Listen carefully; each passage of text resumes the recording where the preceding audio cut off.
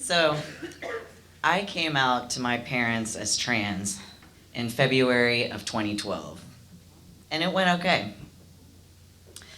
But Labor Day of 2012, I had my parents over to my townhouse and sat them down for a talk. I needed to tell them about my new name.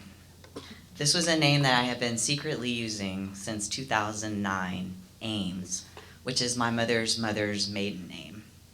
So this situation is already out of the ordinary because I don't have people over. I don't have seating at my townhouse. I have a very small couch, which I guess is properly called a settee, and I have the 4 chairs around my kitchen table, and that's it. So I was nervous about having my parents over, but I knew that this was important. I am a queer transgender man. I had been assigned female at birth, and my parents gave me the name Mary Elizabeth Simmons.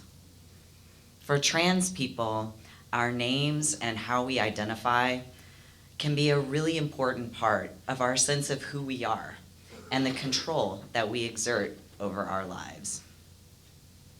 So I was bracing myself for something like, after all the time we spent picking out your name, for you to disregard something that was so significant to us. But what actually happened was, my mom said, have you thought about what your middle name's gonna be? So your first name is Ames, and your last name is Simmons. You wanna make sure your middle name doesn't start with an S.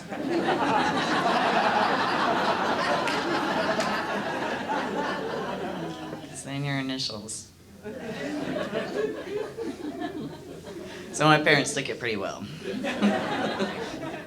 But they'd had a lot of practice because I have come out as pretty much every letter of LGBTQ over time.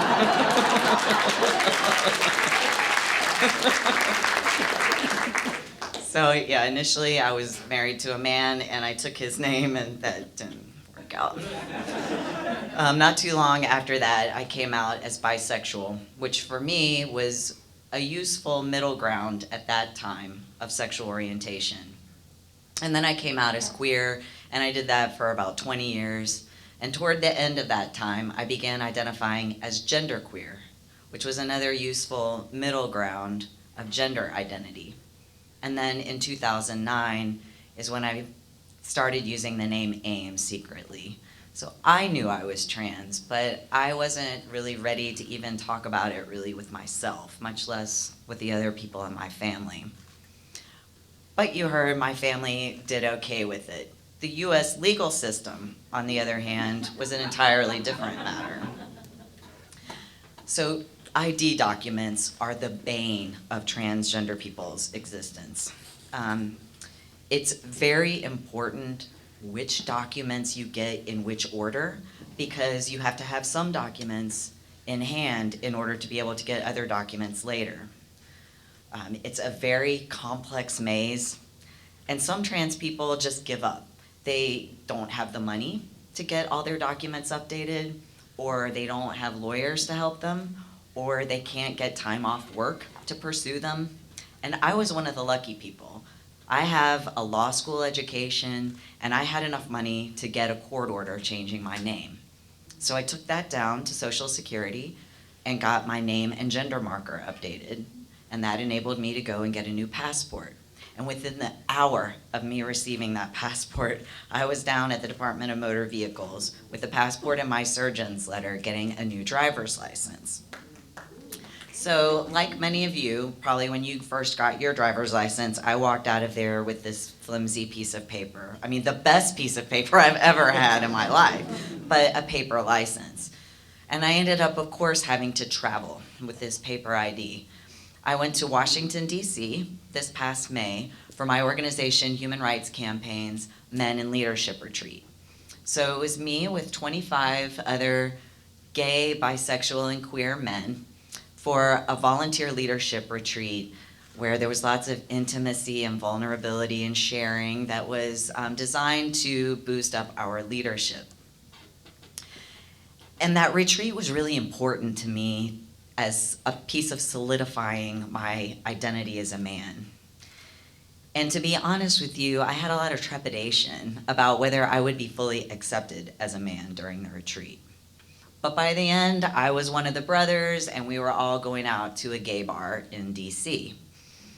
So it was an unusually cold and rainy night for DC in May. It was like in the lower 50s. So of course we were all in Ubers. We were all in cabs from the hotel to the bar. And we got there and lined up on the sidewalk while this bouncer painstakingly checked each and every one of our IDs. And the longer that I was standing on the sidewalk waiting, the more nervous I was getting about this paper ID. So any interaction for a trans person that involves an ID check has the potential for peril.